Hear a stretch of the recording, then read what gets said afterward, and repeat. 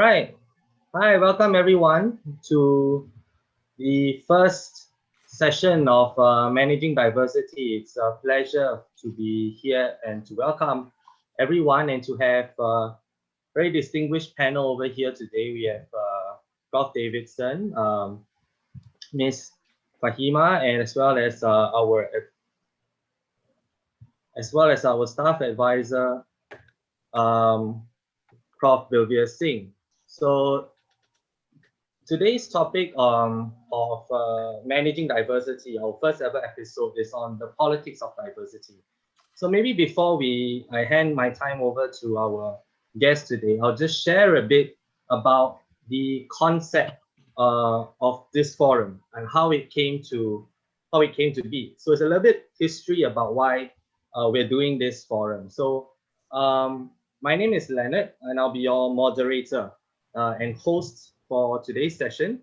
So a little bit of background. I'm an NUS student, so I'm in year 3 FASS. I'm also a Pol Science student.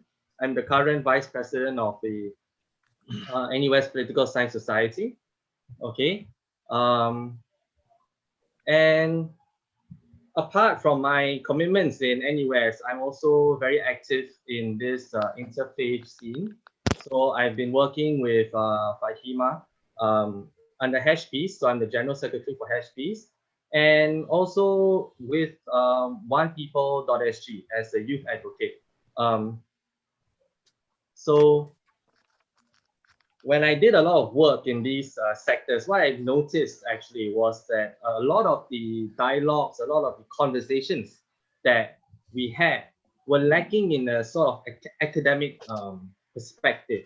And that's why I wanted to create this forum, this dialogue, for us to have an opportunity to interact with professors and to bring the academics with the community leaders and with the civil society, so that we can have a more robust discussion about how we should be able to better manage or to better handle the vast diversities we have in our society.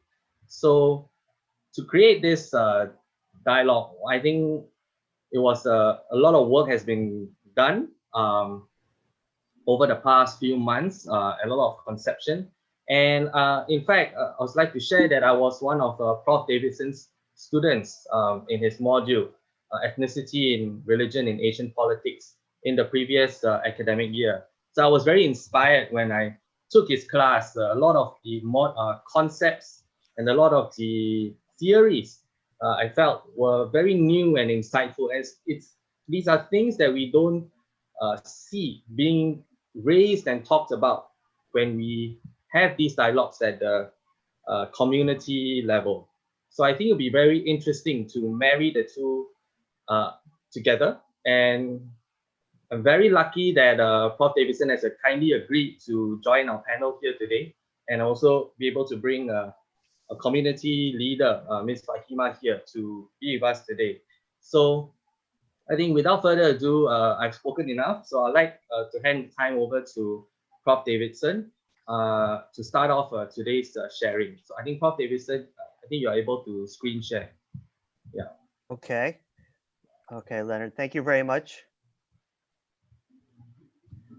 for the introduction.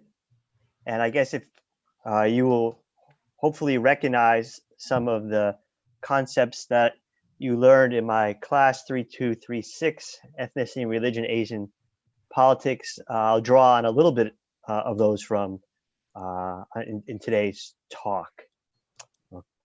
So again, hi everyone. My name is Jamie Davidson. I teach political science at NUS. Particularly, I've been doing a lot of work past few decades on Indonesia is kind of my specialty. So some of the empirical examples today, I'll focus on Indonesia, but in the end, I'll have some implications for Singapore.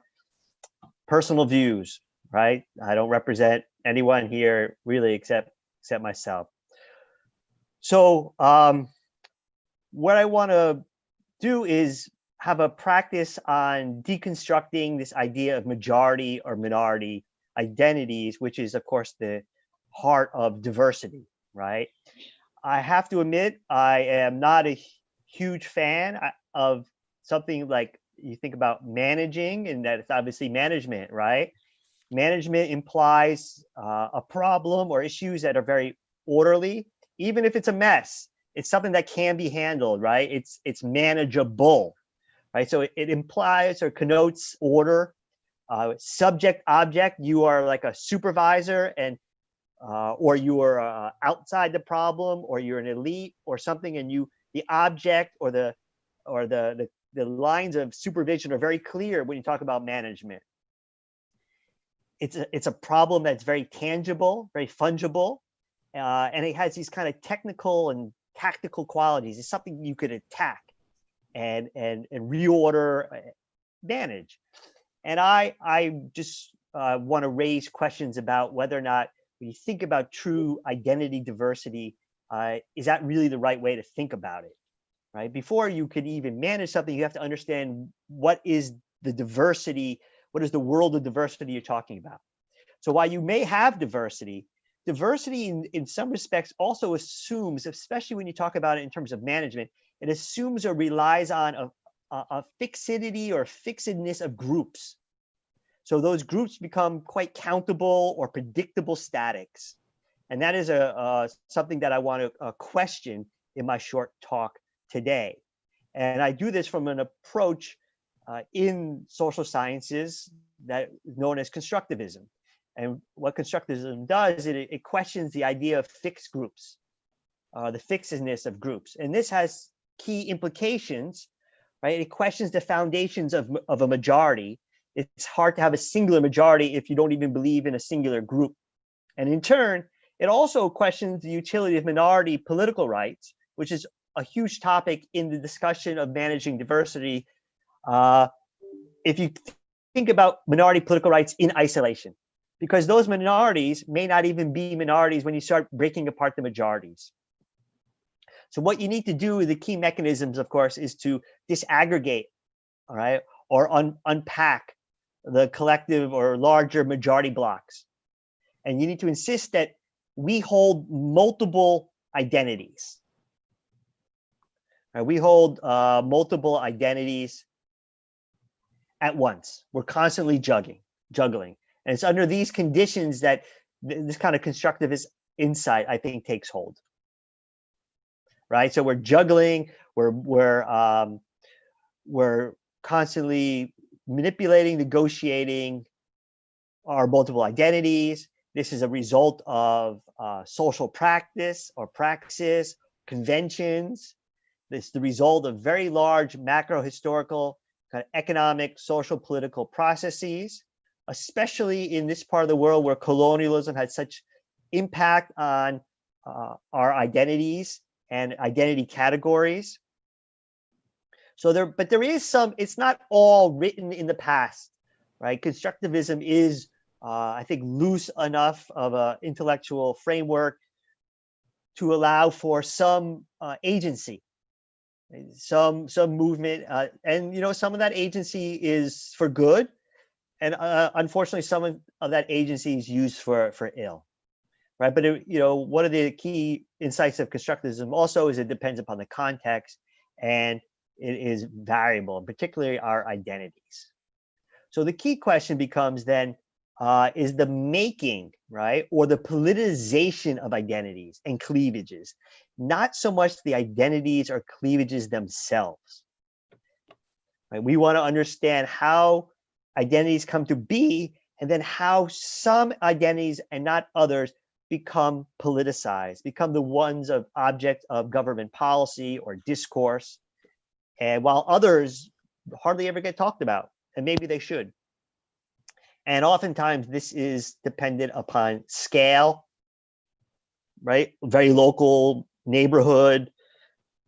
It could be regional within a city like Singapore, national, regional, even world, right? With some religions or world religions. So scale and depends upon one's perspective, right? This is an individual type approach. So my thesis is that when you really think about it, we're all minorities. So there really is no such thing as majority. Of course, when you play politics and you get into the political world, things get a little slippier and sometimes both slippier and static. So whether or not we're all political minorities is another matter. But because we have so many different identities, when you think of all the different combinations of them, we're all minorities. And I tried to show this through an Indonesian context. This is the country I'm more familiar with. I'm on more solid ground to say something ridiculous than rather saying something ridiculous about Singapore. So so identities must have a meaning in order for them to be an identity. But of course, we all know that some categories are more important than others. But it's also important to remember that even though some categories are more important, these categories or their importance, their meaningfulness changes over time and space. And scale can be one determinant. So this is going to be a thought experiment in scale. So if you're like, think about Indonesia, it's a huge country. That's one of its great features, right? It's humongous, especially compared to other ASEAN, but especially Singapore, 265 million people, right? But in ASEAN, so Singapore, all of a sudden you're this huge country. In ASEAN, you're 41%. In Asia, if you're Indonesian, you're only 6%. And in the world, you're 3.5%. So depending upon your scale and where you're placing yourself, who you are as a majority minority changes greatly. Okay. All right. So but let's do this domestically. And I think the point will be clear. So Indonesian Muslims make up about roughly 87%. As I state here below, all numbers are estimates. They're not scientific tested facts. Some of these I kind of make up, but I think maybe Prof Singh could agree or disagree with some of my estimates. So so Indonesian Muslim. All right. So if that's your only or sole identity marker, then you're going to be a majority, right?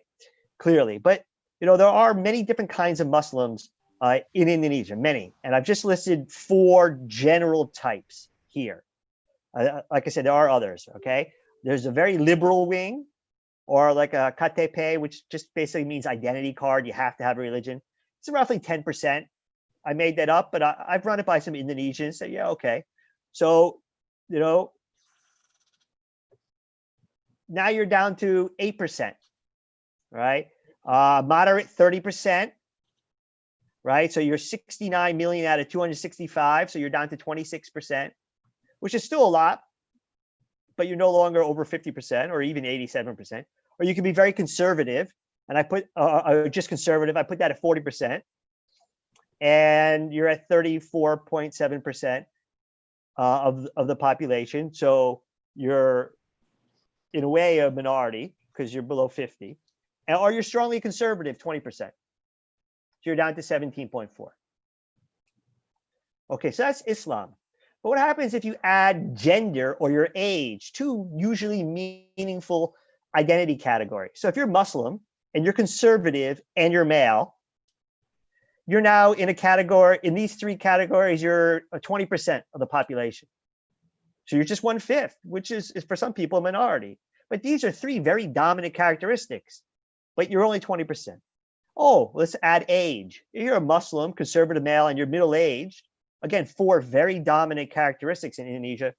You're down to 7.3%. Indonesia is quite a young society, so there's a good number of people, youth. Wow. So let's add ethnicity and class to the mix. You're Muslim, conservative male, middle-aged, and you're Javanese, which is the dominant ethnicity. You're down to 2.9%. But if you know anything, of course, about Indonesia, that being Javanese has other categories. It's also a little bit broad. So if you're Muslim, conservative male, middle-aged, and you're Central Javanese, which is, again, all very dominant identities in Indonesia, you're 1.5% of the population.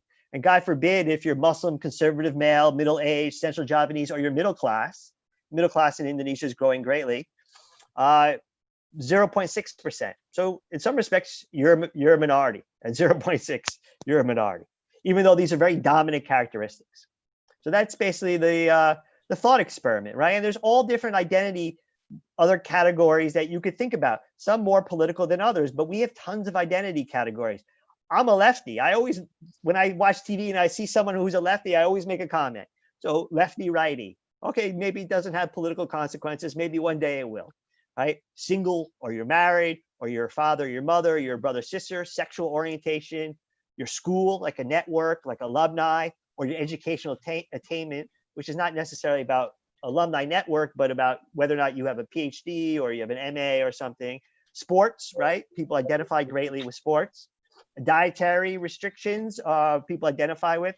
So the point is identities need to be meaningful, right? So I'll end on this slide. This is my conclusion. And I'll just kind of bring this down into a Singaporean context, is that, the famous CMIO model, this is not revolutionary or anything, but of course it obscures more than it reveals, right? It's clearly constructivist. It came out of a historical context, but it's also, I also mentioned that it's part agent oriented, right? There is constructivism. We have some space for agent oriented action. And so it's part instrumentalist, right? This is used by the current government for certain purposes, without a doubt. So it's a simplifying mechanism, but it really, when you talk about managing diversity, it's really simplifying. People talk about how diverse Singapore is. When you have a model like this, it's really truly simplifying. It's really not all that diverse. The true diversity of Singapore is much greater than this. And I have one very easy, brief example. CMIO is an ethnic, or you want to call it race, whatever. If you just think about Singapore through the lens of religion instead, all right? So I've listed here 8 different categories: Buddhism, Islam, Hinduism, Sikhism, Protestantism, Catholicism, Taoism, or no religion. That's 8. You've already doubled the CMIO model, but it takes you seconds to figure that out. So it's already more diverse.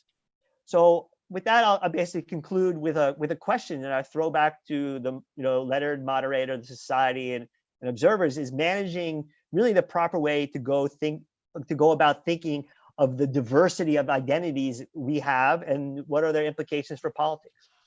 So with that, I'll pass it on to the next presenter. Thank you. Thank you, Professor. Maybe now invite Prof Singh to give us a few words. Yeah, thank you very much. I asked to go on number 2 because I need to address the next group. First thing, thank you, Leonard, for organizing this together with the PS Society. Thank you very much, Jamie and Faheema, for coming on board. Jamie, thank you very much for that wonderful opening. I'm sure there'll be a lot of questions to be discussed. Actually, Jamie's last slide fits neatly into what I want to talk about. First thing, I think definitely the question, that important question. I always think that questioning something legitimately is far more important, because you're not going to get easy answers. So I think what you have just raised is very interesting. What I want to talk about is actually the 2 kinds of diversities which we are actually grappling with in Singapore today. And I want to actually drill in with regard to Singapore. That's something which I'm very familiar with.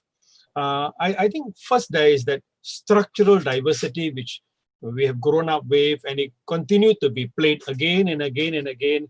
And if you happen to be carrying this, then you know what I'm talking about. This follows us throughout in my ICAT. If you go for national service, we carry a dog tag. It also follows with us, the dog tag. So much so our blood group is also included there, just in case I need blood transfusion in the battlefield, they know what to give it to me, and rightly. And it's not just ABC, but it's also the plus and minus there. So we've grown up with that. Jamie talked of CMIO or CMIO, whichever. So we had that, and actually that is race and religion. But if you look at the experience which we have been through over the years, is race, religion, language, and is social cultural. Is the sum total. When you talk about the 2 R's, race and religion, is the number of religions which operate here is definitely more than 12, but Jamie just put 8 up there. We have got many more. And not only that, then within each race, again, the subdivisions is amazing. It's amazing. Forget about the others. I can just tell you, within Sikhism here in Singapore, I mean, it's one of the smallest group. We got so many variants and gurudwaras which operate very, very differently. So interesting. So that point is one big one. So this is a structural one. And I think whether you want to talk about managing, whether you want to talk of organizing, whatever. I think it's interesting. And by and large, we have come to learn to live with it, the good, with the good and the bad and the ugly. But I want to talk about the second diversity, which has become even more important increasingly after 200 years of being here, and specifically politically since 1947-48, when politically we began to be organized in terms of electoral politics. The first election here was in 1948, and even though under the British tutelage, but we went on, and it became even sharper after the 1955 general election. And since 59, we had the same people in power playing with CIMO in very different way. But Jamie rightly talked about the politicization of this structure of this society, Chinese, Malay, Indian, others. And why we talk of politicization? Because there was very intense politicization. And in fact, there was a struggle for power over this politicization, which took place from specifically 1948 to about 1962, when the other side got defeated very badly. And since then, that narrative is that of the winning general, which have continued to rule Singapore up to today. Okay, we can talk about that at a later stage. But I think a more interesting diversity, often you don't talk about it as publicly, but I think if you are dealing with Singapore politics, be it as a teacher, be it as a commentator or a writer, I think we are seeing it even surfacing so strongly. And you saw this very clearly in the general election last month. And this diversity is the political and the economic diversity in Singapore. Very clear, very sharp. And I think the ruling party got a slap because they missed this one. They played well on the CIMO in the traditional sense, but they lost sight of the new diversity in politics, which is what majority of the population is talking about, the younger people in particular, and the social media specifically. And we've been talking about the economic diversity for the last 15 years. It makes to the mainstream, sometimes it doesn't. Those who are in the PS society, you know how many times we've organized about the role of poverty and social stratification in Singapore. We know it's sensitive, hence we keep it closed door, but it's out there. You cannot run away from the fact that this is one of very badly, what's the word? I don't like to use the word diversified here, but very badly stratified society economically. That I mean, whatever you want to talk about the Gini coefficient ratio, whatever you want to talk about the level of poverty in this country, and so on and so forth, it is a fact. You cannot run away from that. And that has become so significant that even IPS of all organizations, I mean, yes, the mouthpiece, spin doctor of this country, can say today the issue of social stratification is more important than CIMO. Wow, that's revelation in this country. You'll never talk like that. So that became an important thing, and I think the 4G is trying to manage it. They were trying a lot of things. I think it got short-circuited because of the US-China war and economic war, and now COVID-19. It's good. It's an important issue, but it'll take a long time to overcome it because the kitty is thinning out. The $100 billion is not enough, and I don't know what's going to happen. So we are going to grapple with economic changes so sharp that is going to have serious political implications. And the second one is actually the political diversity. If the notion was, if there is a crisis, you run to Papa, you run to the PAP. If that was the notion, I think this election showed that there has been a change, clear change. The reason they went for an election in a COVID environment, thinking that as in the past, crisis. So the thinking was simple. In a crisis, the people of Singapore will only think in a particular fashion. In crisis, run to the safety base, run, flight to safety. So those were the kind of thinking which existed. This election proved otherwise. This election proved totally otherwise. That in a crisis, they will not run to Papa because of other considerations. They want political diversity, as the topic is about. We want political diversities, we want political checks and balances, we want transparencies. NCMPs, as the Prime Minister said, is there. Go to hell with your NCMP. I want real MPs. I do not want fake MPs. I want genuine, real MPs. So this diversity is something we need to grapple. I think it's going to take some time, but I think there's something new here. And how we come to terms with what I'll call the political economic diversity is going to be so significant in terms of reshaping this country. And I think it's leading to the rise of ethno-nationalism, nationalism, patriotism, good or bad, I do not know. I think whether are we learning the wrong thing from Donald Trump, I do not know. But those kind of things are surfacing here, and they are going to have very serious political implications. While CIMO is important, but overlaying CMIO is something else now. And how many of us have actually given thought that there are going to be changes? Look, what Reza Khan said during the Sengkang by-election would have been said, how dare you in the past. But today, hey, it's okay. It's all right. Why is it all right? You used to talk the same thing in the past, right? So why are you punishing her? She is not saying anything which is wrong. It's a fact, right? So this is how society has changed. So in other words, the narrativization of politics, the narrativization of the current economy. So Jamie talked of constructivism. People here will say, hey, look at the realism here of what's on the ground. Look at the realism of the rich and poor gap. Look at the realism that you cannot have two narratives in this country. You know, it's not Animal Farm anymore. 4 legs better, 4 legs good, 2 legs better. If you can talk about race and religion, if you can say Indians cannot become prime minister, then what was wrong in what she narrated and made public? How can you have two narratives about race in this country? How can you have two narratives about religion in this country?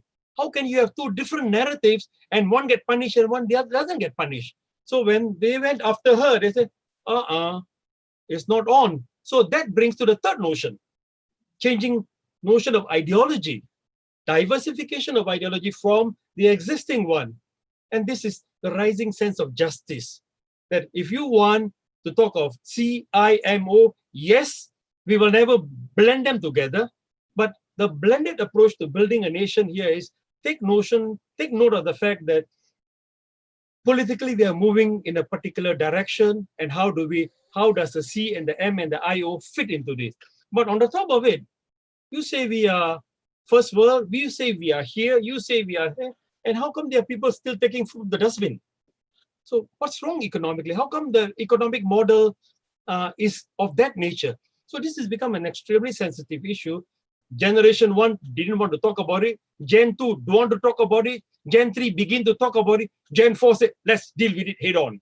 Unfortunately, as I said, COVID and the trade war came in. So now they want to deal with it. So it will be interesting that as we move forward here in this small little city-state, we have a structural diversity of Chinese, Malay, Indian, and the others. And within each, there is intense diversity. The Chinese is not one group. The Malay is not one group. The Indian is not one group. The others is not one group. On the top of it, we've got new issues which are actually flooding or muddying this notion of diversity in Singapore in the sense of politics, economic, ideologies. And so I think it's become very, very complex here. And this discussion of diversity is good, is real, is a fact, and it's going to be much more controversial. It's going to be much more it's not going to be easy to say, okay, stop talking about race and religion, because we went through 2 racial riots in 1964 and 1 in 1951. Stop talking about race and riot, because at the end of the day, they ask the question, hey, you Malays, you Indians, you want to do this? What if the Chinese do the same? It's 76% over you. You want that? You want a giant to sit on you? You don't, right? So shut up. So that was the old way of talking about it. But when you start talking about political alternatives, political perspectives, and you start talking about poverty, then who is the poor? The majority are Chinese. Who is the poor? They are Malays, they are Indian, they are others. So now all of a sudden, poverty is something which cuts across CMIO, political ideologies. It cuts across CMIO. So I think we are entering into something very, what I call a blended kind of structure and diversity. I ask the bigger question, while we talk like this, which is interesting, how are we going to deal with it? Jamie said, I don't like the word management, but how are we going to deal with an issue of such growing intensity and which will have serious political implication. Is the PAP as it is today, it will remain dominant for many years to come. But if it remains the way it is, hey, there's going to be a disconnect. And the same is true with the WP and all the other things. I mean, I just came from the other side and we were talking about LGBT. LGBT cuts across CMIO, cuts across all kinds of things. So I think this country is entering into a very interesting phase of its political evolution. Political landscape is changing, partly because of internal evolution, partly because of external factors. And I think there are a lot of uncharted arenas and territories we're going to move. And it's going to call for a very enlightened, tolerant perspective. And we are going to demonstrate more and more of our differences or diversity than otherwise ever before. Where we're going to head in the future, I do not know. But let's see. But I think the more we talk, the better off we get.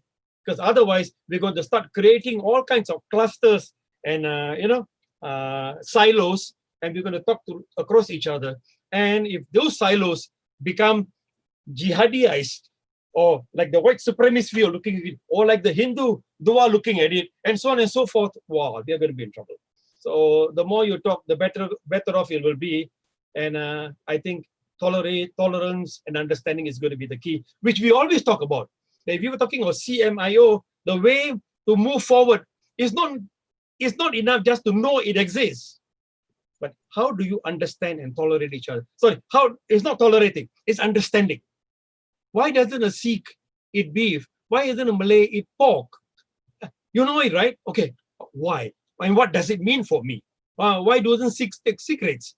How do you do that? Oh yeah, it's their religion. But it's much more than that, right? So I think we, in the same way about CMIO, come to the political, economic, and even ideological differentiation. The more we communicate, the more we talk, I think eventually we can come out stronger. But I think something else must also change. The narrative of the nation must change. The narrative of so many people must change. They are a little bit slow there. But what you guys are talking here is excellent, and let's keep moving from there. Listen, I'm going to stop here. I need to go. I'm going to address something to do with race and religion in the other side. But Jamie, I leave it to you to anchor. God bless you all. Thank you very much. Okay, keep talking, and keep talking. The more we talk, I think the better we'll get off. All right. Thank you. Okay, Leonard, it's all yours. Thank you, Prof Singh, for your wonderful delivery, wonderful sharing with us. Now I think we'll pass the time to Ms. Faheema to share with us about hash.peace and what she does and her take on the issues. Okay, I'm going to share my slide. Just give me a moment. Can everyone see it? So all good, yeah. So what I'll do is I'll just kind of share my personal journey as to how I started in this area of diversity talks and sort of managing. I wouldn't say managing diversity, but in this area, in this line of work.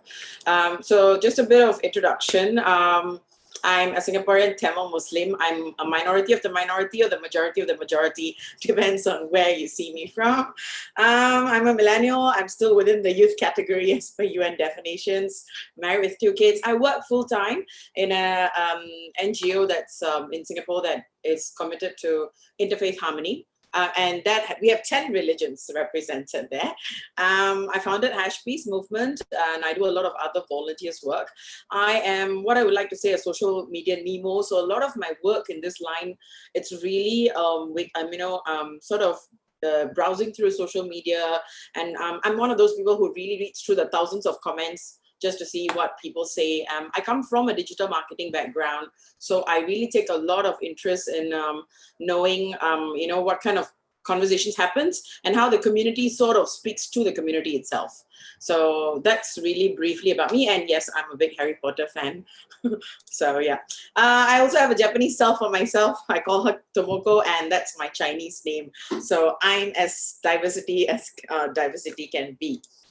So how did my journey really start? So really, I was a working professional in the digital marketing sector, and I really didn't involved in this kind of line. I think unlike some of you, we don't come from the humanities or the arts background where you're already exposed to these topics in your curriculum. So I think it was in 2015 when there was a lot of efforts in Singapore going on about trying to raise awareness of radicalization issues. There was an initiative called Muslim Youth Ambassadors of Peace, and I was one of the nominated peace ambassadors, and that started the journey into this field of advocacy. And basically, my involvement was raising awareness on how youths were vulnerable to online narratives that promote violent extremist ideology, and this was really in the view of how terror groups are recruiting online. So a lot of awareness. I did like focus group discussions, a lot of speaking engagements, from which I think what I came to observe was, the larger problem itself, the worst of its case was really the way hate tends to be manifested. And it's actually a prejudice, how it's actually about how the prejudice grows into such extreme situations. And in the end, people would kill for race and religion. You would kill because you are not okay with the Jews. You will kill because you're not okay with the religious belief which you do not stand by. So it was really this question of what provokes people to go to this level of taking another person's life that really started the journey. And I guess race and religion tends to be sort of the most talked about, but interlaying and mapping onto all of that is like what Prof Singh said. It's about the nationality, the class, the ethical system, the political ideologies. All of this sort of cuts in the communities. I think because I started off from a counter-extremist kind of advocacy, the two problematic mindsets which I observed within the communities in terms of these identities is they usually tend to be on a scale, because I think when you look at extremists, there's different levels of extremism. And I think there was this extremist mindsets, but there was also a layer of how communities, when they are grouped and subgrouped, they have kind of exclusive mindset where they kind of keep to themselves and they think alike. And these two were sort of like the problematic mindsets that seem to surface in any conversation that I was involved in or I was running. So then I started to sort of really get into, how does this kind of mindsets actually kind of form in a person? How does a person switch between the scales? How do they evolve from something, not something from exclusive to inclusive or vice versa? And I think that started me to kind of take a step back and really look at, the way the community was for an individual. So what I did was I started looking at things in a micro level. Well, we're talking about race and religion at a national landscape, which is very macro. I think for me it came down to, at the end of the day, the individual, what influences their mindset, and how does their thoughts about different people, diversity of different people is shaped. So then that's how I spinned off a movement called hash.peace. It started a lot with trying to find a sort of like a way of catalyzing conversations that can contribute towards sustainable peacekeeping culture. And of course, social harmony was the kind of the overarching. It focuses on race and religion, but of course, it kind of cuts through various other identities. And I think the aim is really about how you can kind of build friendship across the different groups, subgroups, how you can counter the exclusive and extremist mindsets, and how do we develop cultural intelligence and critical thinking that will help. So that really is the mission. And we do it through different activities. We do theater style discussions, we do confidential conversation circles, we do heritage Saturdays, which thanks to COVID, has all been put to stop. So we try to visit different communities, like the minority communities. We try to know about the clans, the different clan associations within Chinese, the different kind of Indians, the Zoroastrians. So it's just, I think when in my journey, what I realized is what could at the starting point be lacking in many of the communities is the knowledge of existence, that this particular group, however minority, exists in the community. And that group has a heritage, has history, has ideologies, beliefs, rules, and regulations. And that knowledge itself is not quite strong enough, I felt, especially when I start talking to people from my age group. They know at a very surface level certain things, but I think the desire to dig deep is not there. So Heritage Saturdays are very useful for that. Focus areas wise, well, I think parents and dealing with racism is something that is still not sufficient. So we've identified that as one. And then, of course, racial, religious prejudice, exclusivism, and like I said, religious extremism as well, and negative stereotyping. And I guess social media, fake news and misinformation are all issues that kind of circulate around these areas as well. So one thing I realized about from a civil society, when we kind of look into this area of social problem, right, is that it tends to be very emotional. A lot of times, be it a minority issue, be it a religious prejudice, or be it something of a discrimination, it's always looked in like from a very very emotional, very social justice kind of a way. So and in hash.peace, what we do is we try to promote really critical thinking way of looking at this. And so we have a modus operandi where, when you want to really look at these issues, you have to research, you have to reflect, you have to discuss with each other. And when we mean discuss with each other, it means reaching out to the groups that you may not even know about. And then, of course, we hope one day we can develop something that will be of use. So that's really how hash.peace really operates in terms of our discovery and our research in this area. I think the philosophy that kind of motivated me to start hash.peace is, I think from a civil society's point of view is, no matter what the policy, no matter what the regulation, no matter what theories and stuff, I think it still boils down to whether unity or even harmony or whatever words you want to use really comes down to the people itself. So it's really how we are going to do that. That's the large question. And so the philosophy is, what can people do about it? So what can people do about it? I think for today's discussion itself, at least related to race and religion diversity, right? I think there is a stakeholder model that I kind of always look to. This is a work in progress. The way they are presented could be moved around in many ways. So I think in Singapore, we have the government, which obviously has a very key role, very dominant role, and a very overarching role on race, religion matters. We do have the NGOs, OPSG, IRO, and many other NGOs. And then we have community leaders. I think community leaders have been around since the independence, the self-help groups and, the various associations by race and religion.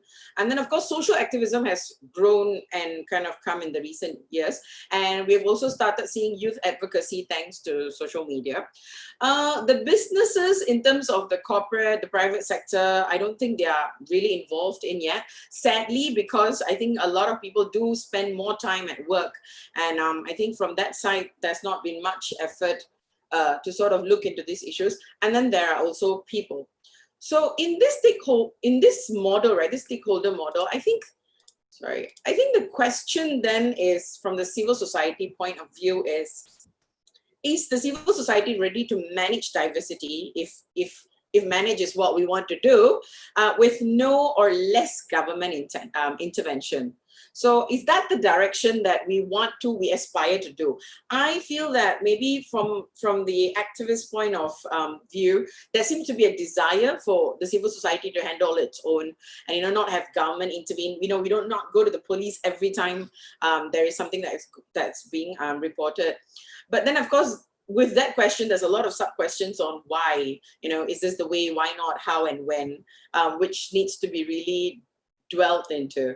So before we go into the question and answer, I guess one thing to really look at it is, I love this cartoon. I love their cartoons generally, is, you know, it really comes down to how do you make two people who are either, you know, brought up, who either acquire the knowledge, who are influenced to think that there is the other that you do not belong with, you will not belong with because of the nature of your skin color, or, you know, the nature of your belief. And if that's how you are sort of, you know, told to be existing in the community, then what do we do to sort of really make these two, make yourself or these two different groups agree with each other? And in my work over the years, that has really been the problem. It has been very difficult. A lot of times I spent many hours sitting down and talking with people to try to come into a middle ground, and that process is not easy. You know, if I were to take, for example, you know, let's say there are certain issues of, let's say, what happens in India, or let's say the Black Lives Matters, or even things regarding, you know, where certain sentiments might be, you know, talking about whether the Jews and the Muslims, or, you know, between the whites and the blacks and all. So what happens is that if the other person has a very strong view on this is how lifestyle and their worldview is such, firstly, it's difficult to get the person to talk to you. Secondly, it's going to be very difficult to get the person to listen to you. And then thirdly, it's very difficult to get the person to be open-minded enough to accept views that he's not going to like. And then, of course, then there's patience. So I think the process itself has been quite difficult. And if this is at a micro level, then how do we then go about managing groups? And then after that, of course, at a national level, how do we then look at various identities that have the similar issues? So yeah, so that's the thought. And I hope through these discussions, we sort of come up with some thoughts and perspectives, which will give me some ideas to sort of take it up. And yeah, that's all. Thank you, Faheema, for your wonderful sharing. Before we go into the question and answer segment, I'll just share again how we're going to go about doing the panel discussion. So the panel discussion, for those of you NUS friends who are here with us in the Zoom call, you can use the raise hand function if you like to speak to our panel directly, or you can type out your question and send them to the Zoom group chat. And our panel will answer them. Okay, for our friends watching in on YouTube for live stream, I've created a pigeonhole for you to submit your questions. So you can go to pigeonhole.ax/PSSOC-MD1 and you can submit your questions there, and then I will direct the questions to our panel for our friends joining us on YouTube. So I think before we start the panel discussion proper, I've actually prepared a few poll questions that I'd like to ask the audience over here in our group chat, Zoom group chat today, to get a bit of a ground sentiment about some of the issues that Prof and Faheema has raised. So let me just start the poll.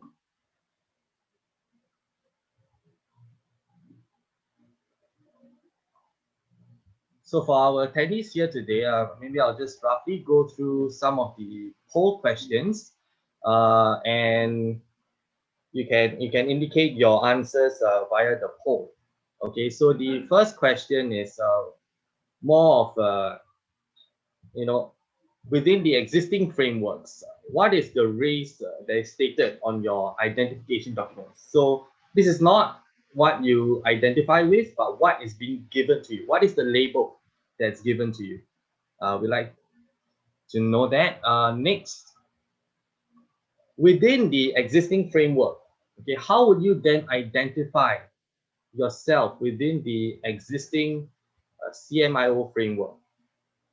So the options here I've listed are Chinese others, meaning that you don't feel like the label Chinese applies to you, that you would rather be called, let's say, a Hokkien or Teochew or Cantonese, so on.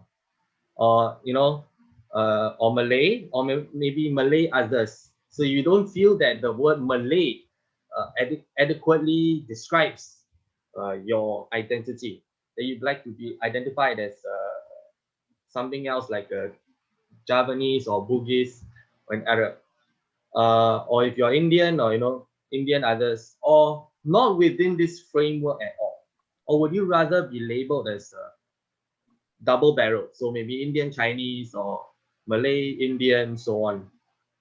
So the third question is, would you rather identify as or with a certain ethnic group, or would you rather identify as your nationality?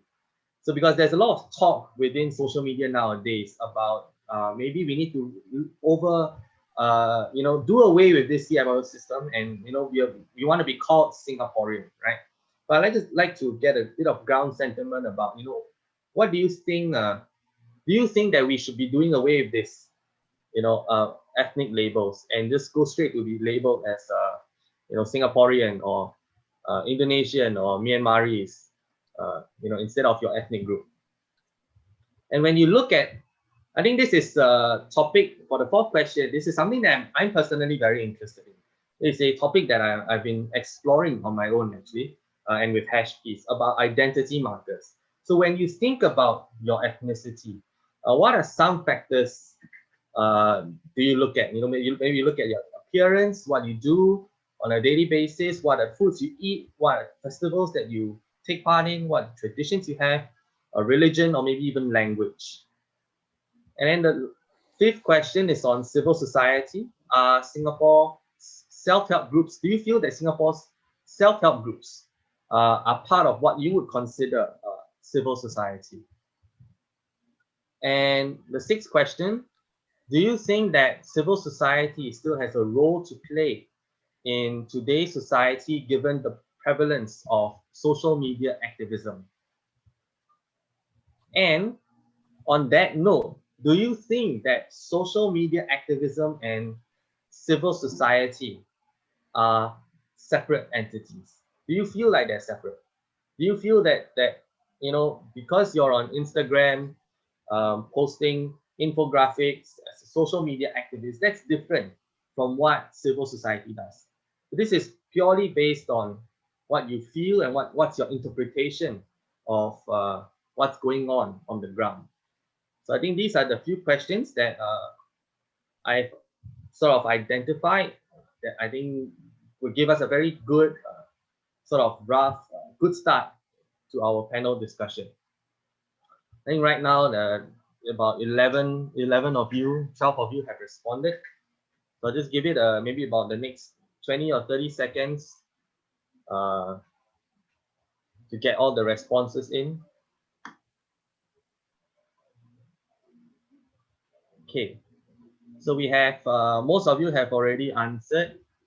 Okay, I'm going to end the polling in about 5 seconds or so.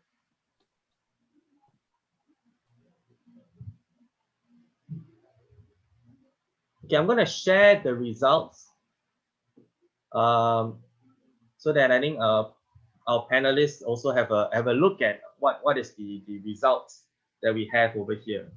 So firstly, you think within existing frameworks, what is the label being given to you over here? And the second question, the third question. On the third question is very interesting. One of our participants here have stated that they would rather identify with the ethnicity rather than a nationality. Well, majority of our participants here have identified or rather would prefer to be identified by a nationality. And for the fourth question about identity markers, traditions come up on top, at the top, with about 85% of our participants here. I mean, this is a very small sample size, I know. But I think within this group itself, traditions, they feel that traditions play a very important role in when you look at a certain ethnicity. And also on appearance as well. I think appearance is the next highest, along with language. So appearance, language, and traditions. Less so on daily practices. And I think only one of you put cuisine and religion. There's a delinking of religion and your ethnic identity. And majority of you have said that you will consider self-help groups as part of civil society, and that civil society still has a role to play given the prevalence of social media activism. And in the last question, you think that social media activism, this is a very close fight, about 46-54. 54% of you said no to the question, do you think that social media activism and civil society are separate entities? So I think thank you all for sharing with me your thoughts on these questions. Maybe I'll hand over to our panelists. Maybe Prof would like to speak about one of these, the results that we have here. You want me to talk about the poll rather than, you don't want to go into Q&A? We can go into Q&A. I have one question here from our live stream audience. Okay, I can ask the question here. Instead of trying to manage all these groups, do you think there's a possibility whereby we stop using all these labels, and what potential consequences would arise? Yeah, well, you could try to, it's part of modern government is the art of, or the politics of labeling. And sometimes they have good consequences, often ill consequences. But yeah, in spirit, absolutely. The labeling can do damage. It can divide. Even when you talk about, like, you hear a lot this idea. You read the papers saying COVID, a stronger Singapore, which is great. Who wouldn't want a stronger Singapore? But you also have a lot of foreigners who live in Singapore, and you also have Malaysians to the north and Indonesian to the south. And a stronger Singapore is gonna have implications, right? So to relations with foreigners within and foreigners outside. It's hard to have your cake and eat it too. Modern government grew up, around this kind of instrumentality or governmentality of governing institutions. And Leonard could attest, something we talk about in my class is the role of the census in the making of identities, the making of majorities and minorities. And it's a very, I don't know, it's hard to say, it's very European, but it was a colonial instrument. It was imposed, but it's gone global, right? I mean, everyone makes a census. Today in my country, the US is making a census, and Trump's making a mess of the census, among other things. But the census is about boxing. You tick, tick, tick, and governments they're desperate to know, in a simplified form, the number of different religions and different ethnicities, and they'll tell you all these good things for example, the distribution of resources, recognition of maybe a new minority, one that we hadn't thought of before. All of a sudden, through migration and changing in practices, all of a sudden a new minority is forming. So they can be important, but they also do ill. So it's very hard. Like, you want to get rid of the labels, and I completely agree. But then the question is, then what? Can you unlabel? I hope you can, but the bureaucracies are so hard. Look at all the forms you fill out in your life in Singapore, and I'm not picking on Singapore particularly, but this is the context in which we are living. You just can't imagine them, just the amount of work it would take to change all the forms, and there would be resistance to it. Some people would say, "Oh, you're being too PC," so you're not even going to get everybody on board with it. It's just an incredible difficulty once these labels become what we say in the discipline is institutionalized. and then they become internalized and they become part of your identities. And you see that effect from colonialism all the way up to today, and CMIO is a great example of this. So, do you just unlabel or do you relabel, right? You can come up with be inventive and new ways to categorize. I don't know, is categorizing people, everything is a term. There's just, I'm getting on age where I could say, for example, suffer, let's say, a midlife crisis. Well, that's a box, right? Every age that you go through, people have these great terms, and they're all different labels and categories. Is it a part of human nature that the ability to have an incredible, complicated diversity staring you in the face, and there's something, we have this urge, this need to simplify, to make sense of things. But we all know that life is complicated. So where do you draw the line between appropriate simplification and incredible diversity, where it becomes overwhelming and then people shut down? And that's dangerous too. So it's a great question. I don't have an answer, but as Prof Singh said, it's nice to talk about and to discuss. And unfortunately, we have to do this online, but it'd be great to interact, to be in a room and to come up with, that's how new ideas form, through this kind of interaction. But it's a great question. Thank you. Thank you, Prof. Faheema, do you have anything to add? I think okay, so for me, I always felt that, this thing about the labels, right? I think you need to look at how they came about, right? So I think with CMIO, it really came from the Jackson Town Plan, right? During that early period. And I think how the Jackson Town Plan would have come was people organized themselves in their groups based on familiarity. Those from India, they were together. Those from China, they were together. And that just came. And anybody that didn't come from the Malay, China, let's just create a category called others and just chuck them in, right? So if we now take away this label, let's say the current generation feels it's not, will that then stop people from asking me where I'm from? Look at me. I'm not easily identified as Singaporean. I could wear a banner behind. So then the question is, who wants to remove the label and for what purpose, right? So let's say, if you are a person who's labeled as other, and today's world, that is a derogatory term, then I think those are the people who want to remove this label. But if you are, let's say if you're an Indian Muslim like me and you just love your heritage, I'm not so sure whether I want to remove that label. But I definitely want to be known for the granularity of my identity.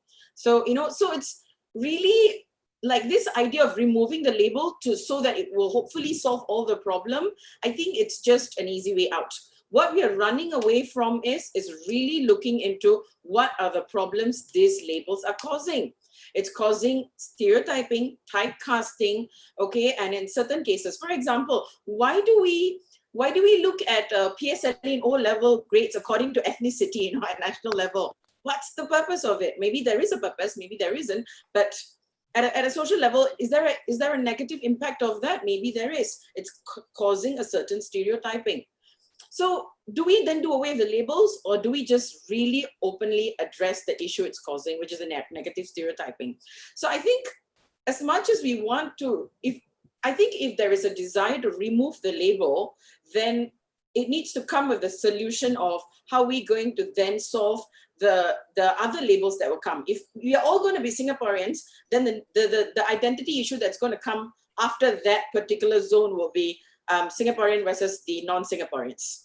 And then what is the problem that the society will feel with? It will be xenophobia. If we remove that, and let's say we decide, and that's not an issue, there will be what Professor Bilveer Singh says, that there will be the issue of social class issues like in many other countries, right? So I think removing a label, I'm not so sure will solve the problem to begin with. It has always been put across as a shall we do away with it, but I think we are not diving into when and how, under what context it should be do away with. I think that will provide the solution. In certain contexts, in certain maybe administrative or policy reasons, CMIO is not required in today's age. So I think if we can really daringly approach that, that might help us to solve the real issues existing. I think by saying let's remove it all, we're just trying to pick an easy solution to, and not really listing out the actual problems. And I think that's what people like us face, because we come across individuals who are directly affected by this kind of labeling. But you see, everything is always discussed at a macro level, and we go to this question of, should we even go with CMIO? But what happens in that discussion is this problem, it's sort of nicely, not say swept under the carpet, but clumped under this issue of, is this labeling necessary? So I think that's not the question that we should be asking. I think we should be asking what it's doing and how we should get rid of the problem. And I think when it does, organically, the society itself will not quite use it in its day. Nobody will look at and ask me where I'm from, what language I speak. So I think from a civil society point of view, that's what I think, yeah. Thank you, Faheema. And Yash, you raise your hand. You'd like to ask your question? I think, hi everyone. I think before me, Jia Yi posted a question, so I think it's best to let her go first. Sure. Okay, then we'll let Jia Yi go first. Okay, so over here in the group chat, Jia Yi asked,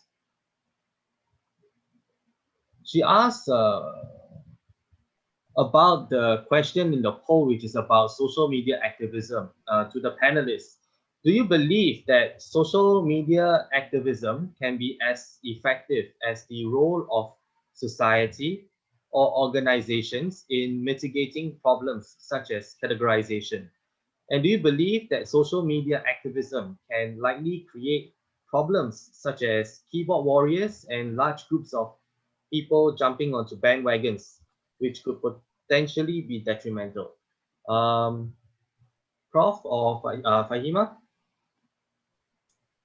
Prof, do you want to go first? No, I'm passing on this one because I don't so-called social media. It's how I keep my youthful good looks. Okay, I'm taking that advice. I'm cutting down my social media. I'm a dinosaur without the wrinkles.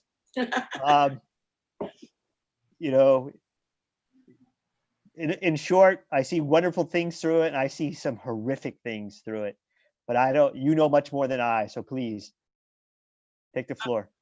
Thank you. So social media itself, I think, so let me just go through, which is, social media activism is as effective as the role of the society or organizations in mitigating problems, categorization. Okay, so social media, minus the trolls, the spies and everything, right, I think is the society.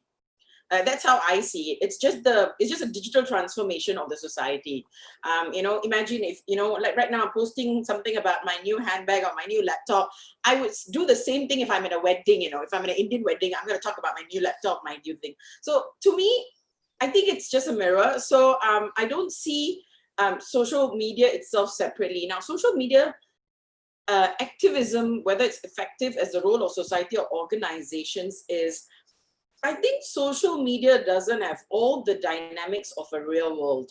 Okay, take for example, in hash.peace, a lot of the initial days, how I understood communities was visiting them, sitting down with them, talking to them, and people I was taught, I grew up being told that they were not us. We don't think like them. We are not supposed to believe in what they believe. I think it was me reaching out to them in very private setting and understanding them. That dynamics is not what social media can offer you. I mean, you can try, but I think there, at least for me, from my perspective, I think you need to have a physical, interaction in a physical sense. Your body language matters. Is a person uncomfortable with certain things? When I type smiley face, I'm not necessarily, I've many times put smiley face when I really get irritated because I can't really be bad to the person, right? So I don't think social media has that. So, so there is that difference that we need to first acknowledge that, in the digital world, you can't get everything from a real world. So social media activism itself, I think, even I'm a bit confused with social media activism, okay? Let's say you're running a campaign, to raise awareness of particular, for example, the Black Lives Matters, or, if let's say, there's an issue that happens elsewhere and they want to raise an awareness about it, if there is an activism out of it and it comes with a good intention, it might be useful, because what social media can give that the physical world cannot is scalability. So it's effective in reaching out, but you also need to know that it comes up with a trade-off where in the process of being transmitted, that information can take different forms, can have new kind of information data inserted. It can evolve. So it comes with a certain trade-off, I think, which has come up with negative, repercussions. So it's effective in the way it scales. And sometimes when you scale, you have more people know about it and more people give voice to it. And there's been good outcomes that have happened. But of course, I think there's also bad outcomes that's been happening. So is it effective? It really depends on the issue and whether there's been interception of bad. Can create problems, keyboard warriors and stuff. Yeah, I think it just makes it more easier for people to debate without taking accountability. Right now when I see a post, let's say, somebody said something about this particular race or religion, I think social media allows you to make comments without, or even put a like or hate without being responsible to answer and justify it. I think in a general setting, right, if you're in an open place, when you say a comment, you can't just easily get away with it, because when you see people are unhappy, it's making people twitch in a certain way, you will feel responsible to speak in a certain way. I think in social media, you can put a comment, 4-5-liner, whatever comes to your mind, and you can just walk off and don't care who's going to look at the comment and how they're going to react about it. I think interpersonal relationship is something that social media doesn't kind of give you an option to see, and therefore you just get away with it. So it will create keyboard warriors. Another thing I think is, if you generally notice, any kind of content that we see will trigger emotions in us. Now, I think with social media, when the emotion is, like, for example, when I see somebody, like the Black Lives Matters, I saw that video, it made me so angry and I will react quickly, right?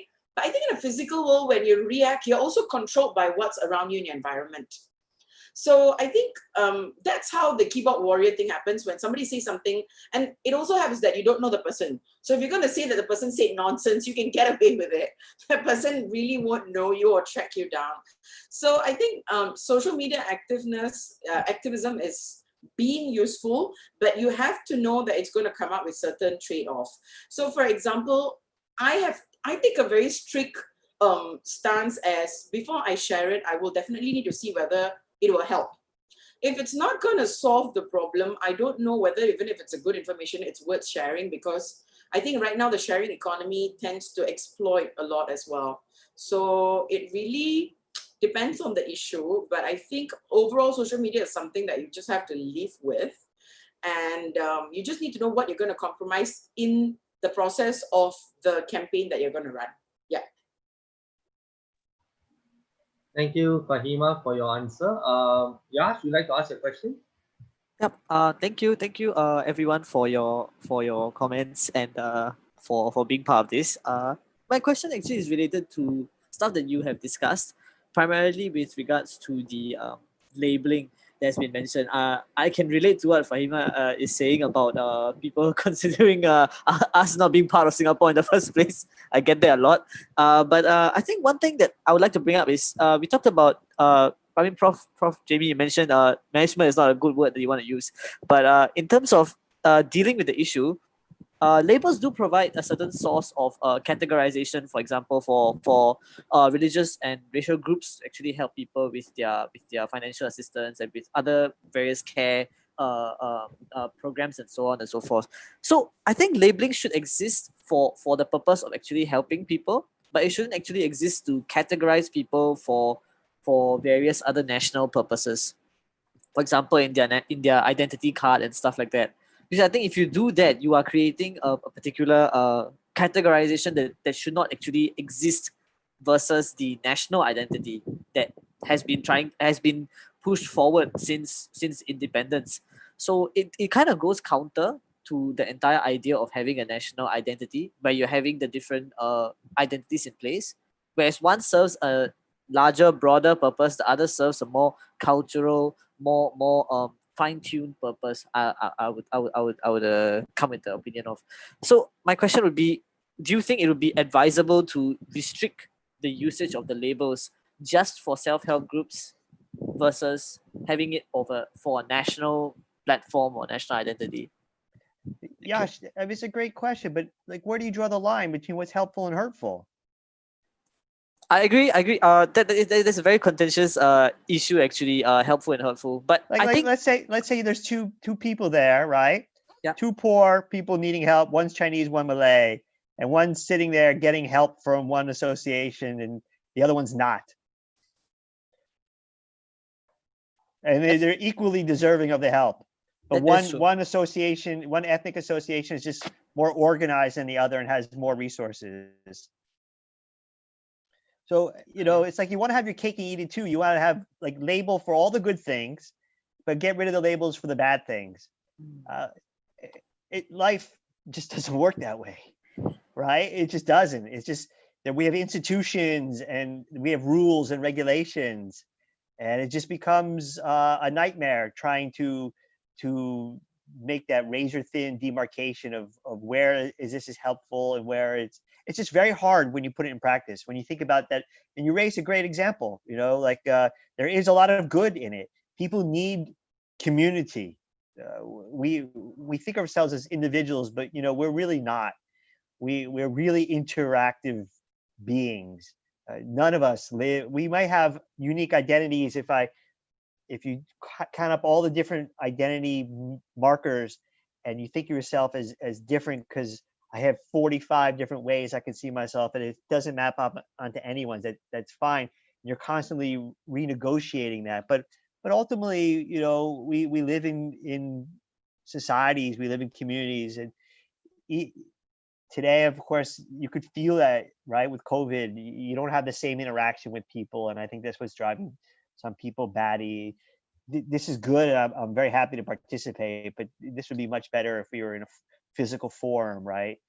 And same with teaching. So I don't know. It's just you know, we're interactive, and just we have good things and bad things about us, and the labeling too. And it's just very hard. We just don't live in a world where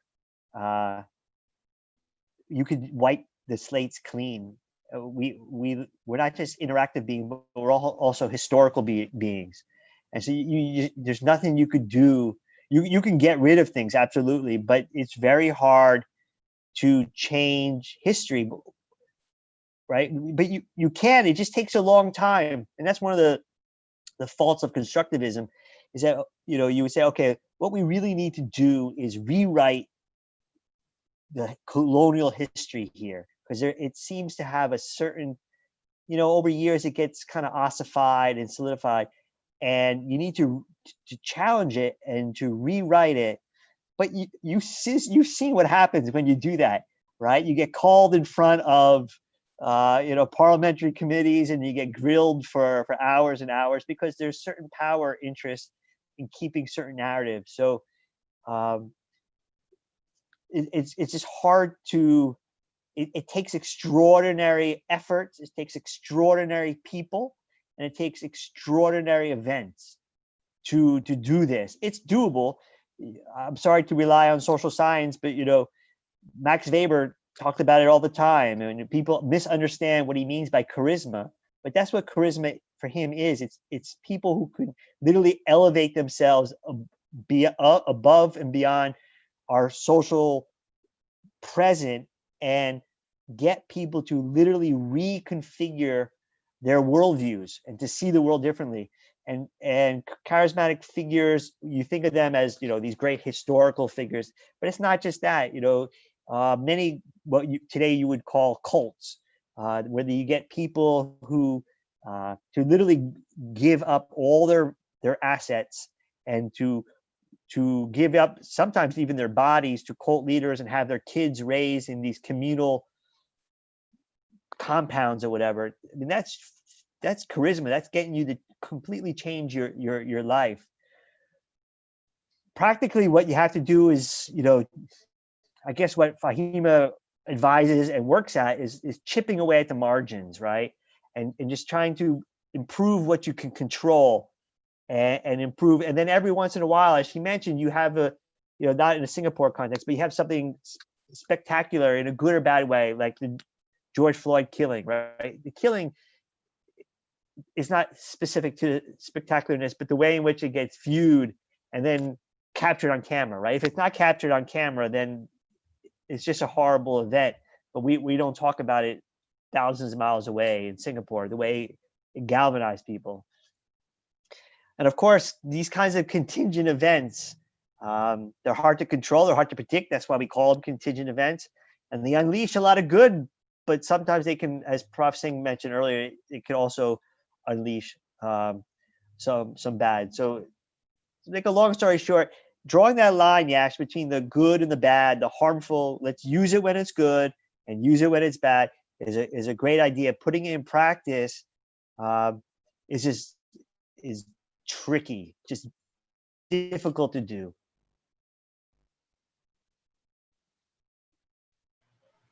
Thank you, Prof. Faheema, do you have anything to add on? Yeah, I agree. I think practically speaking, very daunting task. I can't think of someone who would really get into that. It's been quite difficult. Even we have so many very good youth movements and all, and it's so difficult for us to just navigate through conversations of, just pain. I know sometimes in social media, right, all this voice or noise that's coming out is because the people who are facing it are really the ones hearing the stories, and whether they are minorities or in large scales, it's very hurting when you hear even just that one person who, because of this entire model, has been disadvantaged. And anyway, I think this is what happens when you have a very matured society like ours, where we are citizens of who can think in a certain way of what we think social justice is. We demand that not even that one person should have faced it. So then I think, to your questions, right, we need to first go back into what exactly we want as citizens. I think in the recent OP Man, Minister Shanmugam put this question out, and I think there was no answer given. What exactly do we want for ourselves? Are we trying to very hard to prevent ethnic conflicts? Is that what we want to achieve? If we are, then we must be wondering what's wrong with all the various policies or legislation systems and the civil societies that we have, if that's what we're desiring for. I think this generation wants us to be matured society where we understand each other so much that that the utmost dignified way of handling prejudice and people not making another person feeling bad about themselves being whatever skin color or what. I think that's what we are aspiring towards. I don't think the word is harmony. I don't even know how the word harmony came about. I don't know who picked it up from the musical world and decided to put it into this race religion talks, but there is this aspiration that we want that a person will not feel bad to exist as who they are or who they choose to be, right? Doesn't matter whether it's race, religion, social class, or gender identity. I think that's what our generation really wants, right? So in that case, if that's the situation, I think when and how does the CMY model becomes a problem? And I think that's what has to be really looked at sometimes, as opposed to, can we use it? Should we use it? I think we are stuck with it because it was devised, and I think structurally a lot of things has already been put into that structure. And right now to do away with it is a lot of tasks. Is it very effective? Is it very resource intensive to go in the direction? It could be. But is there a better way to do it? I am a very ground up person. I think if people can take the aspiration of trying to not manage diversity, but live with diversity at a micro level, it really means trying to know each other to the level that you would respect everybody as, everybody's integrity as a human being, right? But I think that part still requires work, correct? Which is what we are seeing what's happening nowadays. The kind of slurs that go on, the kind of misunderstanding. I think social media has made it very obvious that some of these issues are not quite resolved. There's still large groups of people who don't even have cultural intelligence. So I think it's whether we can achieve that and what needs to be achieved. It helps to look at it in a very pragmatic way. If this is what we need. And I don't think we can change the entire country for one instance, because there is a lot of intergenerational issues we need to look at. Once upon a time, saying certain words was not considered racism. Now it is, right? So it's going to be difficult. But what will help is if there's more civil society organizations that come up and take different aspects of these issues and deal with it, at least there is something that will keep priming people and get people talking about it. And I think that's what Varsini also says, the lack of which, we are probably moving towards something that will probably go into a violence, because people don't want the other to exist. So yeah, I think that's one way to look at it. Thank you, Faheema. Okay, we have one question here that's quite highly voted on our live stream. How do we as a society continue to push this notion of a Singaporean identity while still ensuring that we can celebrate the richness and diversity of each particular section of society? Will we inevitably lose one if we pursue the other?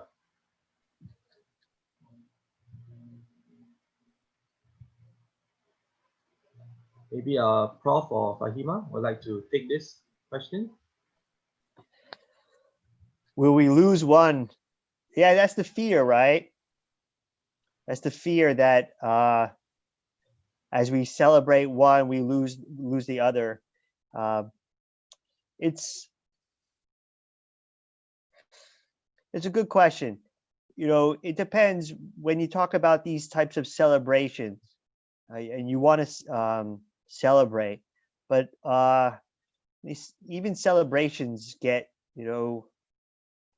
there's a question here about government policies, right? So certain celebrations are more celebrated than others, right? So some are more legitimate, some have more resources, so maybe they receive government backing to so ideally, right, this should come from bottom up, from the community, and you're allowed to celebrate these festivals or these events, and you would hope that people are big enough. Walt Whitman used to always say, "I am large." Right? If you are big enough to hold these multiple identities,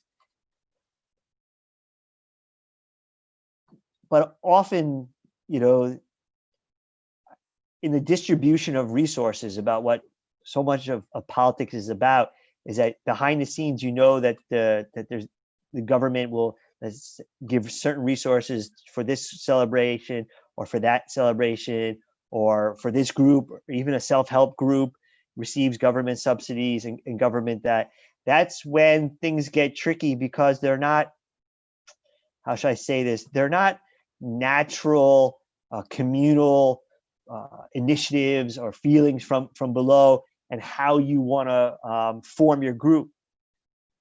When the resources get involved, then people use the identities as a means to, that's what instrumentalism is all about. The people using identities as a means to proffer or to profit.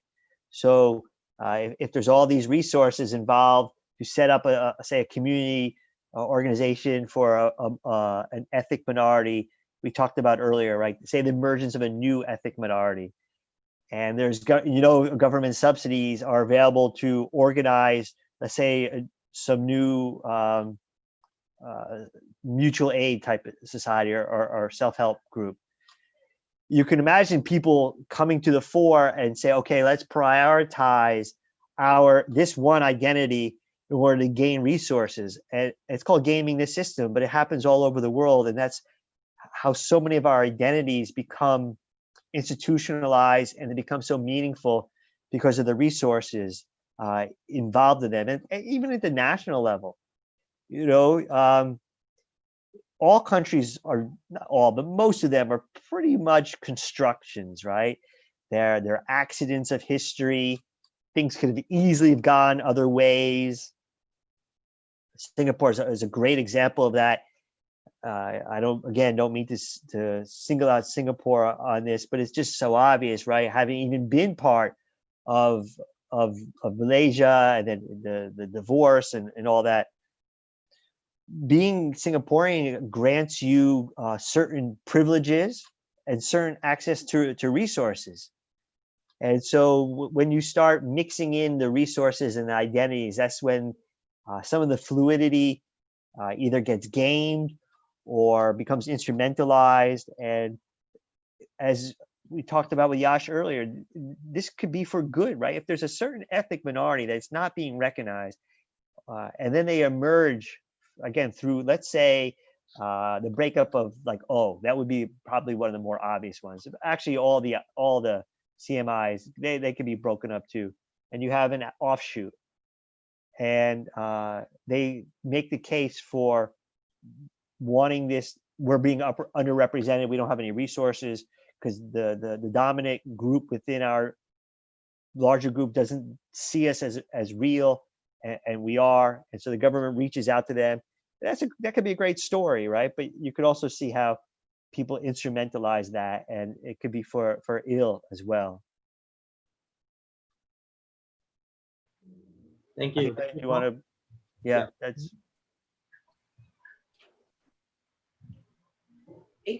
We still have time, right? Yes, definitely. Yeah, okay. So regarding which identity, I think Prof has been saying, we have to first, I think one of the things that seems to always sort of run amiss is multiple identities is very factual. We need to really stick to the fact that multiple identities, and we can code switch between. If you ask me whether the race, religion identity will overtake the Singapore identity, it's like asking me whether my working mother identity will take over my wife, and mother identity.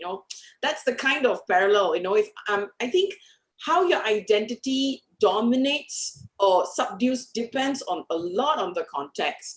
If you are working in, let's say, a marketing agency that is an international marketing agency, very less likely that you'll be thinking about your race and religion most of the time, because your surrounding is probably a lot of foreigners, right? And your Singapore identity will even the food you eat, right? Instead of looking at whether it's Indian food or Malay food, you will tend to always talk about it in a very Singaporean sense. But if you are, let's say, working in a much more local company, and let's say the company is like lots of Chinese or like that, I think high chances that your identity as Indian or Malay or whatever other minority that you come from will stand out more. So that the identity will keep switching around.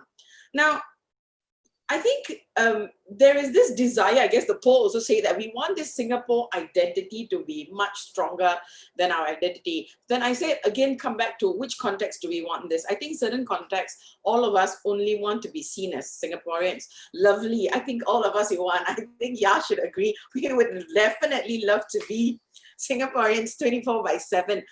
But is that the reality? That's not. There are many of us who do not apparently, unless we open our mouth and our Singlish is very obvious, we are not considered Singaporeans by the look of it, right? So, so as much as we want, I think we need to be really real that there has been a sort of undecided or undiscussed, not discussed, aspect of what is a Singaporean to begin with. We're very diverse, this thing. And I mean, if you ask me, right, a person like me is not even represented in your usual CMIO cartoon to begin with. I don't wear the tudung that way. I don't wear the baju kurung. I'm an Indian Muslim, right? So I'm not really represented in most of the cartoons that you see as well. And many people say that, that they are not represented. So what exactly is the Singapore identity to begin with? I think if we can all come to an agreement one day what the Singapore identity is, then we can talk about whether that should overtake. Because that Singapore identity that we want all of us to, hold proudly has to be representative of as many people as possible in the country. Can we do such justice? If we don't, there will always be a person in the room who's going to feel left out. And you're not going to achieve the aspiration you want. So what is the ratio? What is that, that percentage that you're willing to compromise on for this identity? I think that's a question our generation has to, if really we are so strong about this idea of Singapore identity, have to face. And I think we also have to live with who we are going to leave out in that category. Who's going to feel bad about that, in that category. So I think we have to live with whatever we create in that sense. So yeah. Leonard, can I jump in here? Yeah. Sure, please. Well, again, I may be saying this as a foreigner, but everyone's talking about, right, we want to create a stronger Singapore. So we're extrapolating upward. Yeah. So Singapore is the base, and then we're going downward and looking, okay, so we divide Singapore into all these multiple categories, CMIO, or different religions, different socioeconomic classes. But, okay, we want to create a bigger Singapore identity, but you also have to understand that the Singapore identity is not a cap. Yeah. As you go up, you aggregate, you especially in a small city state like Singapore, where the trade is so open, it's basically more or less a migrant a country or immigrant country. It's part of ASEAN. It's nestled within Malaysia and Indonesia, more or less, and then there's ASEAN. And Singaporean is supposed to be very worldly and very cosmopolitan, right? You don't have rural hinterlands. I just don't see how as you aggregate to the Singapore level, you're gonna just stopping there would change so much of who you are, because Singapore is also very global and very worldly, and so your identities just burst this cap or this ceiling. And Singaporeans, as you talk about, we want to be more mature, we want to be more understanding of each other. That has regional and global implications. You can't. One thing about social media, it's just not about Singapore, right? It's quite universal. And so we have all these external forces upon ourselves here, living here. And it's a tough place to pin and say, okay, let's create a stronger Singaporean identity. And there's certainly policies that could be changed to do that. But I'm not so sure everyone will be so happy doing that per se. And then forgetting about what goes on beyond, right? Because Singapore is a very international kind of place. It just is. And if you make it unlike that, right? Say if this COVID goes on for a decade, it's gonna be a very changed place. I would imagine most people aren't going to be happy. Some might, but most people aren't. And then that's going to impact how you see yourselves lower down in the aggregation among the different ethnic groups, religious groups, sub-ethnic, sexual orientation. So it's constant flux. It's constant negotiation. I understand the will, this desire. I want to be more Singaporean. I fully get it, but it's still being a little short-sighted. Yeah, that's true. I think it definitely will have an impact on us. I think it also becomes that I guess it's also who's directing this narrative of wanting to be more Singaporean. I don't know where the genesis of this is actually. I know I've been hearing a lot about it. I don't know who's directing it or where it comes from, where this voice was incepted from as well. And I think when people say that they want to be Singaporean itself, I don't think all of them coming from the same reason. There could be really different reasons. I'm a person like me who likes my tradition, who likes my religion, who likes a little bit of the mix of conservativeness. At the same time, I'm also a liberal person. Will the Singapore identity do justice to all of this in me, right? What if in the fourth, let's say a generation, it's a bit more liberal, and they are taking towards a little bit more particular type of a young Singaporean, but some of us are really more rooted to our tradition and our culture and our religious thoughts. And so what, we are not proper Singaporeans if we go to identity. And this, like Prof says, will have its disadvantage when we look at a international landscape. And I think for me, at least, I think this combination of multiple identities have been quite advantaged. It's always, I think at an international level, when I say that I'm a Singaporean, usually they don't expect me to be a Singaporean. And then when I say I'm a Singaporean and I say the combination of my identities, it just preserves a lot of richness. But that saying, that's one side, but of course there's the disadvantage to it, which is why I think we feel like, oh, let's do away with it. But doing away with it is not a solution. It's a wish. And I don't think we can go on just having this kind of wishes. Yeah. Thank you, Faheema. I think with that, it's a very nice segue into our next question, actually, about, doing away with these labels and all of that. So I think we have a question here from Rachel in the group chat.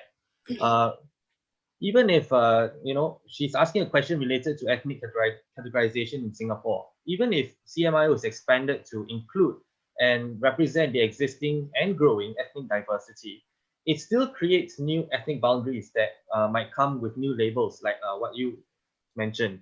So is CMIO also linked? CMIO is also often tied to and guides policies, which makes it difficult for their removal. So how can we then negotiate these difficulties to better represent Singapore's ethnic diversity? Maybe Prof?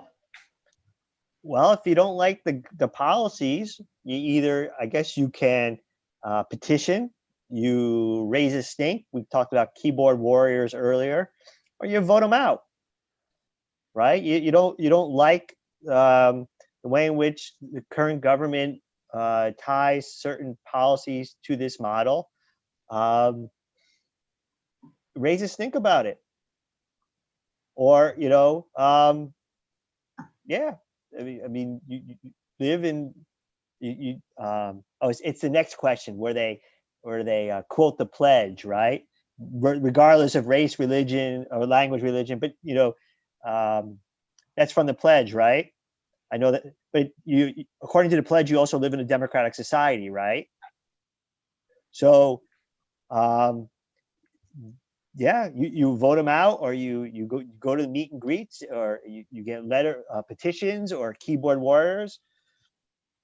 It can work, but I unless you really want to, you think you're going to start like a revolution. I mentioned earlier is like you start small, chipping away at the margins, see what you can get away with. Some of the policies or guides that are tied to this. Start with the ones that are probably easiest to change, or to tell them to get rid of, to have the least ramifications, and you build up a little bit of momentum, or the ones that are most heinous. If there's a few that are just so unjust, and now I'm not saying this is an example of that, but it's one that's just off the top of my head, because I as a father who have children in your public school system, I've thought of this before. In fact, I thought of this years ago. I was at a bus stop somewhere and I saw, like some advertisement, MOE, and they were announcing the PSLE awards, and yeah, different ethnic groups. Faheema mentioned that before. Why do we need this? And why do we need each ethnic group to have their own PSLE champion? If that one is a wide, consensus on that, you just swamp MOE with, get a letter writing campaign and call or email, and then that's how you learn. You call it social practice or politics. That's how you learn to play. But just saying like, okay, we have this whole system. How do we get rid of the system? Ooh, you're talking about history. You're talking about thousands of different government institutions, bureaucracies. You imagine the amount of paperwork you would need just to get rid of the existing paperwork. I mean, that's brutal.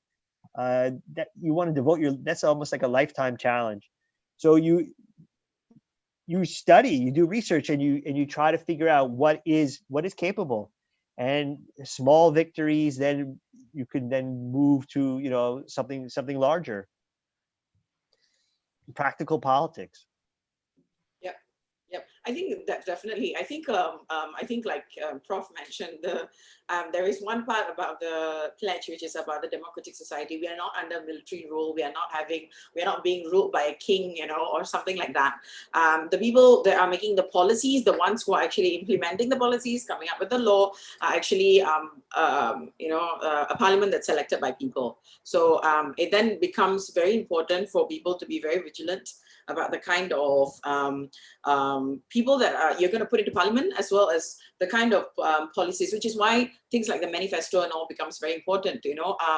I don't know. I guess Leonard will share this thing with me. There's so much of this voice and this good intention for people to want to do something about all this, but when civil societies, when NGOs, when young people take time off their work and study to organize something, all these people that want to give all this, like let's do away, you're not there when we need to have the conversations, when we need to come up with the solutions, when we really want to do something. You are not there in the room.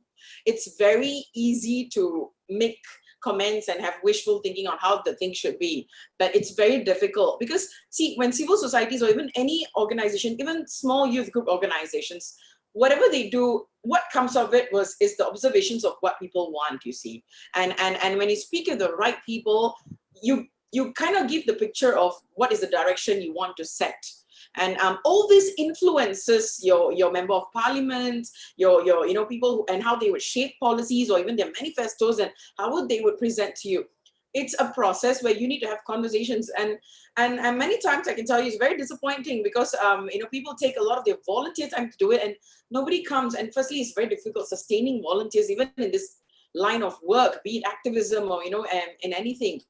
So we need to first solve that problem first, I put it out to people like you who actually come from a background where you speak about this in your curriculum. There are many people who cannot articulate some of these issues like you do. There are people who come from a particular educational or language background where they may not even be able to grasp this entire issue at all in the way we do.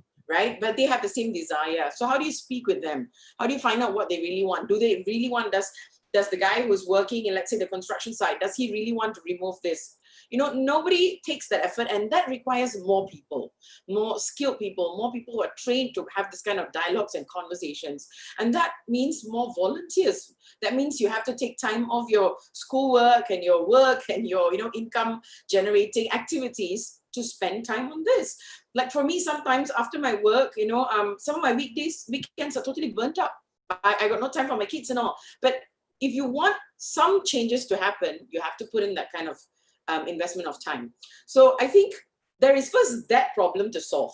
If you ask most of the people who are involved in this area of civil society, organizations that are helping towards these issues that all of you are bringing out, one common problem will be volunteers. We live in a country where we can get funding to organize activities, but it's quite difficult to get volunteers to sustain on a committed project such as this, unless of course they are into politics and they take an interest in going to parliament. So I think first let's focus on that, and then after that, then from there, sort of really look, I guess, like I said, go back to look into what are the problems where areas where CMIO should first be really, really removed and not used at all. It's not relevant for our generation anymore. I think that needs to be sort of really be very clear cut. That requires you talking to a lot of people, finding out more from ground, and then after that, bring it to the people who will then shape the policies. I think this is a very nicely said process, but it's not going to be easy. But it's one way to at least start. I mean, practically speaking, at least do that kind of thing. So sorry, I speak of a lot of emotions because many years of trying, and sometimes it's very difficult to get young people to just come and spend some time thinking about this. It's hours and hours of discussion, and it can be really draining. But if you're not going to put in that effort and you want people to just, kind of give you solutions on how we can get away with it, it's not going to work. As much as I wish I can take up my wand and sweep it away, it won't work that way. So I think you form, boycotts. You guys fill out all these government forms, and there's always says tick your ethnicity or race. Exactly. Race. When I do that, when it says ethnicity, you know what I put? Oh, it says race. I always put down fast. Well, I'm So- not as fast as I once was, but you can literally get your friends and boycott and say, look, I'm not going to answer these questions anymore.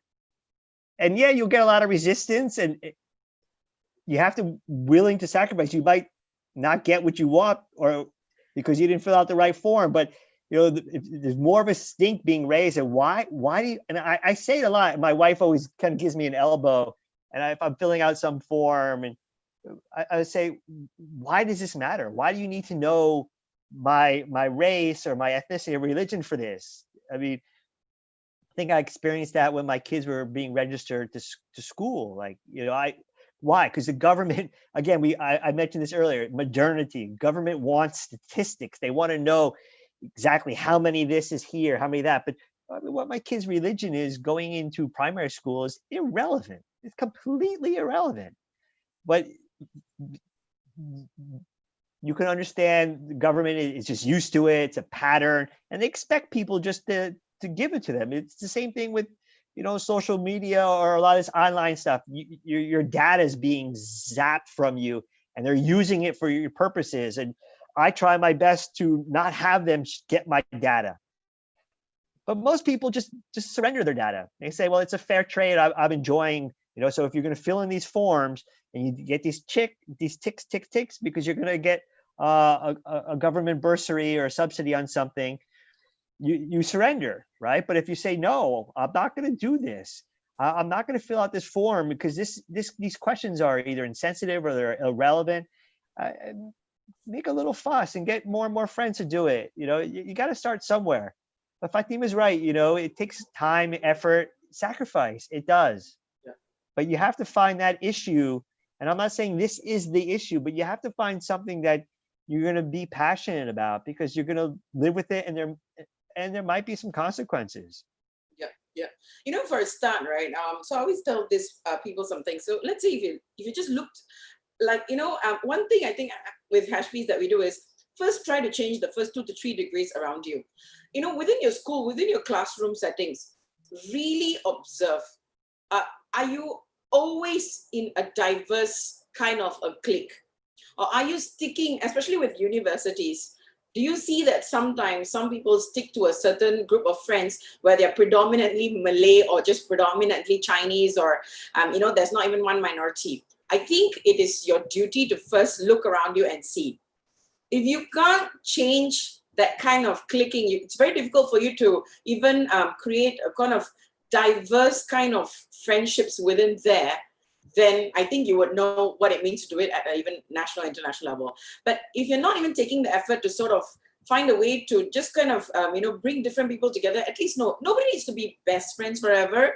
But if they don't even sort of, interact on a day-to-day basis, with people of different race and religion to begin with, organically, then I think the question first as people, we need to ask what's wrong with us.